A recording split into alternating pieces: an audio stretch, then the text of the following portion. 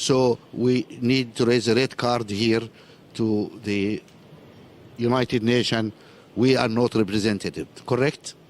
We all agree or disagree? Mr. President.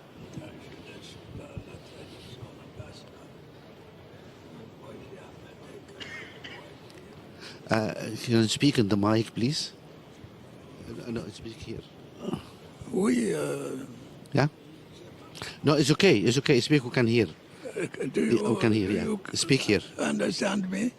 So I am completely embarrassed because I brought some words to say.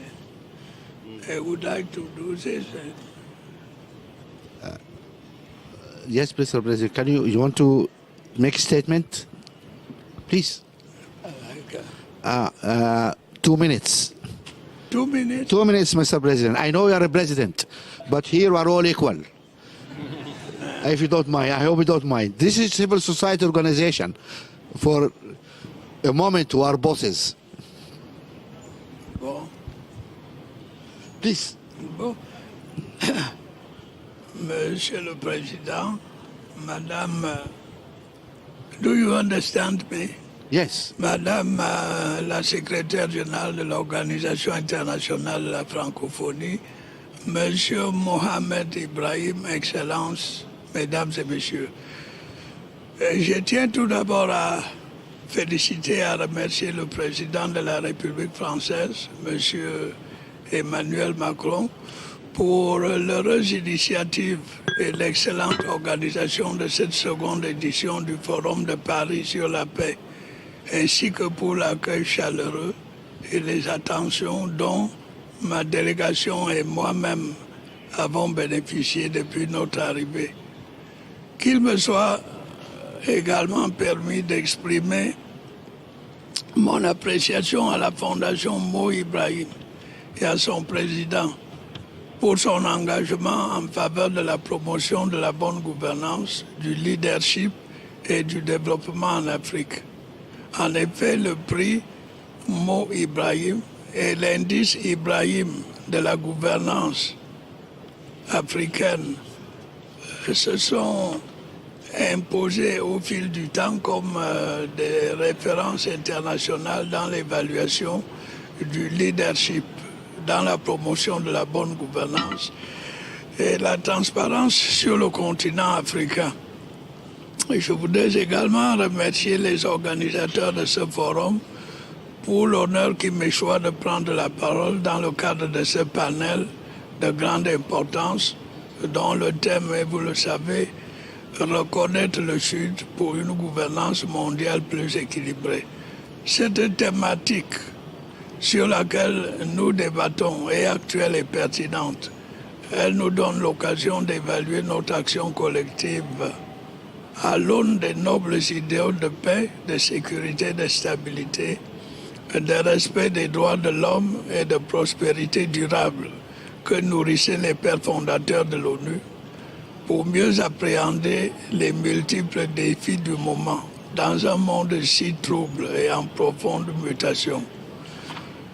En effet, la conjoncture actuelle est marquée par de nombreux défis et incertitudes qui réduisent progressivement notre capacité à répondre collectivement et de façon plus adéquate aux menaces à la paix et à la sécurité internationale. Les modes de régulation en vigueur déséquilibrés au profit des acteurs les plus puissants ne confèrent pas à la gouvernance mondiale une réelle légitimité. À cela s'ajoutent les multiples conflits aux conséquences humanitaires désastreuses, l'insécurité alimentaire, l'extrême pauvreté croissante, les atteintes aux droits de l'homme et à la démocratie, les changements climatiques, etc. Le monde aujourd'hui semble perdre sa vocation à protéger les plus vulnérables, à promouvoir une gouvernance mondiale plus juste et plus inclusive et à fonder entre les nations une véritable communauté de destin.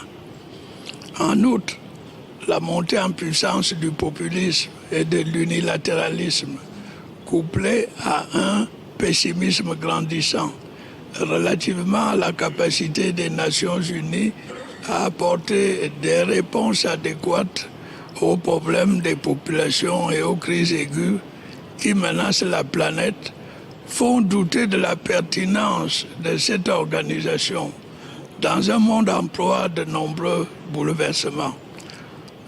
Devant l'inefficacité... If you allow me, I think because of time, you say something here about international organizations. Yes. Alors, je veux... Have a discussion. Oui, alors pour les organisations internationales, j'ai quelques idées. Nous pensons qu'on doit poursuivre la réforme du Conseil de sécurité et porter le nombre à 26, dont 2 États avec voix de veto, 2 États permanents. Do we all agree that really, as a South, we are not well represented in this international forum? In this international forum, whether it is the World Bank, the IMF, the United Nations, is that the general view among you, representative of the South? Hassam. Thank you very much. This is very, very important because we need to differentiate between the political and the socio-economic. In the political, it is obvious that the South got a bad deal. We're still living in the aftermath of World War II, as you said, and as the President said. Yeah. There is a need to reform the Security Council, and everybody agrees to it, only they don't agree on how to do it. This is a crucial matter.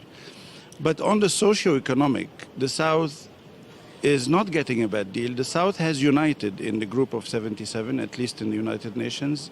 It is obvious that the South has managed to pull itself together, to be able to form a force that is recognized in all international negotiations. And it is obvious also that in, like, for instance, the negotiations on climate change, we have China and India, both giants of the South, that have imposed themselves as serious and indispensable players in all this equation.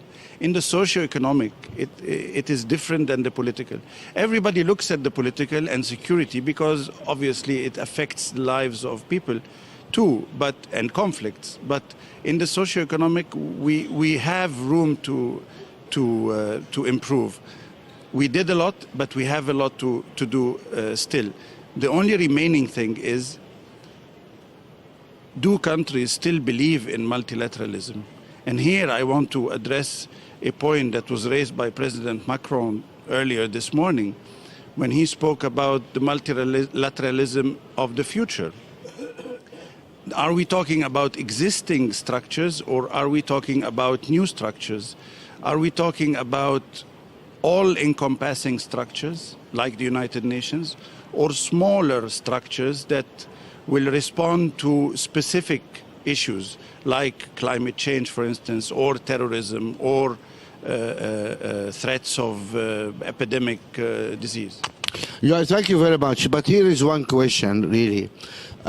Do we also live up to the standard we expect from our partners from the North?